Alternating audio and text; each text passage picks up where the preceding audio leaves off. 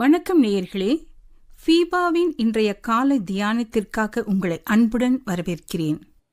இந்த காலை நேரத்திலே 128வது சங்கீதத்தை நாம் சிந்தனை செய்வோம். ஆரோகண சங்கீதம். இந்த கால நேரத்தில் இந்த செய்தி உங்களை உள்ளத்தின் ஆழத்தில் எவ்வளவு மனமகிழ்ச்சியுடன் நடத்துகிறது பாருங்கள். குடும்ப வாழ்க்கையில நாம் செய்ய வேண்டிய காரியம் என்ன? குடும்ப வாழ்க்கை தேவன் நமக்கு தருகிற ஒரு பெரிய கிருபை. குடும்ப வாழ்க்கை கணவன் மனைவி பிள்ளைகளோடு இணைப்பிலே நாம் இணைந்து வாழும்போதுதான் சமுதாயத்திலே சாட்சி பெற்றவர்களாக நாம் பணியாற்றுகின்ற இடத்திலே உண்மை உள்ளவர்களாக காணப்படுகின்றோம். கணவனும் மனைவியும் ஊழியத்திலே இணைபிரியாத வெற்றி பாதையின் அறிகுறிகள் என்று சொல்லலாம். அல்லேலூயா. கர்த்தருக்கு பயந்து அவர் வழிகளில் நடக்கிறவன் எவனோ அவன் பாக்கியம்.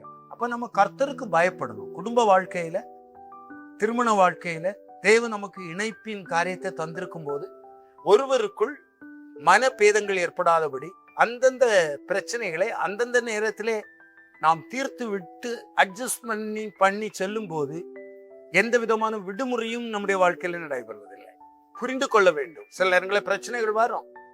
ஆனா கர்த்தருக்கு பயந்து நீதியின் வார்த்தைகளை ஒருவர் புரிந்து அறிந்து உணர்ந்து செயல்படும் போது தேவன் நம்முடைய வாழ்க்கையில பெரிய காரியங்களை செய்கிறார். உன் கைகளின் பிரயாசத்தை நீ சாப்பிடுவாய், உனக்கு பாக்கியமும் நன்மையும் உண்டாயிருக்கும். ஒரு வீட்டுல ஒரு கணவர் குடித்து கொண்டே இருக்கிறார் என்றால் வீட்டுல வளர்ச்சி இருக்காது. எனக்கு ஒரு நல்ல ஊழியக்கார அம்மாவோடு நான் பேசிக் கொண்டிருந்தேன். அவங்களுக்கு நல்ல 3 வீடுகளை ஆண்டவர் கொடுத்திருக்கிறார். ஒரு மகன் அங்கே இருந்து பணியாற்றலாம், அவர் வேறொரு இடத்திலே பணியாற்றுகிறார். அந்த சகோதரியினுடைய ஊழியத்தின் பாதை டிக்ளரேஷன். பல இடங்களிலே சென்று ஊழியங்களை உறுதிப்படுத்துகிறார்கள். ஆனால் அவர்கள் என்னிடம் ஒரு வார்த்தை குறிப்பிட்டார்கள். எவ்வளவுதான் நான் செய்தாலும் பிரதர், ஒரு முழு திருப்தி இருப்பதில்லை பிரதர், அதுக்காக நீங்க ஜெபம் பண்ணுங்க. ஆண்டவர் என்ன பயன்படுத்துகிறார், ஆனா முழு நிறைவு இல்லை. அந்த நிறைவை எனக்கு ஆண்டவர் தரணும்னு சொல்லி நீங்க ஜெபம் பண்ணுங்க அப்படின்னு சொல்லி சொன்னாங்க. அது ரொம்ப ஒரு மகிழ்ச்சியான ஒரு சூழ்நிலை. ஏனென்றால் கைகளின் பிரயாசத்தை நம்ம சாப்பிட்டாலும் பாக்கியம் நமக்கு நன்மை ஏற்பட்டாலும் நம்ம கை சுத்தமா இருக்கணும். மற்றவங்க மேல பொறாமை அடையக்கூடாது. நம்மளால் முடிந்த அளவிற்கு மற்றவர்களை உற்சாகப்படுத்தணும். எரிந்து விழக்கூடாது, பொறாமை அடையக்கூடாது. அதற்கு காரணம் குடும்ப வாழ்க்கையிலே கணவனும் மனைவியும் ஒருவரை புரிந்து கொள்ளுகிற ஆலோசனைகள்.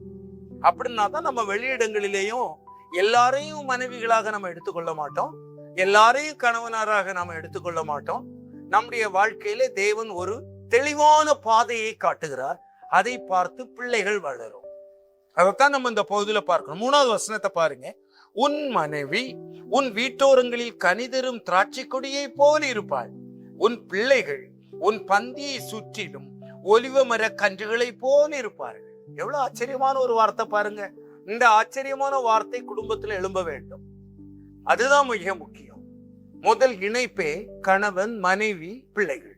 அவளுடைய இணைப்பு சரியாக இருக்கும் போதுதான் அது கனிதரும் திராட்சை கொடியை போலவும் பந்தியை சுற்றிலும் ஒலிவு மர கன்றுகளை போலவும் இருக்கத்தக்கதான ஒரு கிருபையை தேவன் தருவார். அது கர்த்தருக்கு பயப்படுகிற மனுஷன் தான் இவ்விதமா ஆசீர்வதிக்கப்பட முடியும். கர்த்தருக்கு பயப்படுதலே ஞானத்தின் ஆரம்பம் இல்லையா? இப்ப கணவன் மனைவி பிள்ளைகளுக்குள்ளாக எந்த விதமான பிரிவினை சக்திகள் சாத்தானின் மூலமாக செயல்படாதபடி இணைத்து செயல்படும் போது தேவன் வாழ்க்கையிலே ஒரு பெரிய அதிசயத்தை செய்கிறார். 5வது வசனத்தை பாருங்க. கர்த்தர் சீயோனிலிருந்து உன்னை ஆசீர்வதிப்பார், நீ ஜீவன் உள்ள நாளெல்லாம் எருசலேமின் வாழ்வை காண்பாய். எங்கிருந்து ஆசீர்வதிக்கிறாரு? நம்மை சீயோனிலிருந்து ஆசீர்வதிக்கிறார். நம்முடைய வாழ்க்கை குறுகிய கால வாழ்க்கை தான்.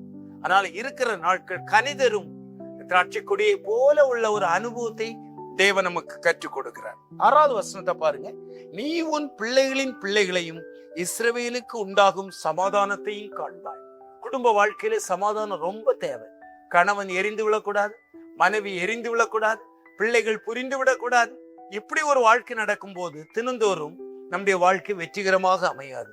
ஆனால் பிள்ளைகளின் பிள்ளைகளையும் இஸ்ரவேலுக்கு உண்டாகும் பெரிய சமாதானத்தை நாம் வாழ்க்கையில பெற்றுக் கொள்ளும் போது அந்த சமாதானம் தான் நம்மை வாழ்க்கையின் பாதைக்கு நேராக எடுத்து சொல்லும் பலகணி என்பதை மறந்து போகாதபடி குடும்ப வாழ்க்கையிலே திடமாக செயல்படுவோம்.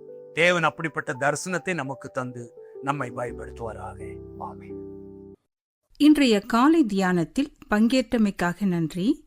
உங்களது கருத்துக்களை பகிர்ந்து கொள்ளவோ மேலும் விவரங்கள் அறிந்து கொள்ளவோ 9458505042 என்ற எண்ணிற்கோ அல்லது info@fibaonline.org தொடர்பு கொள்ளவும்.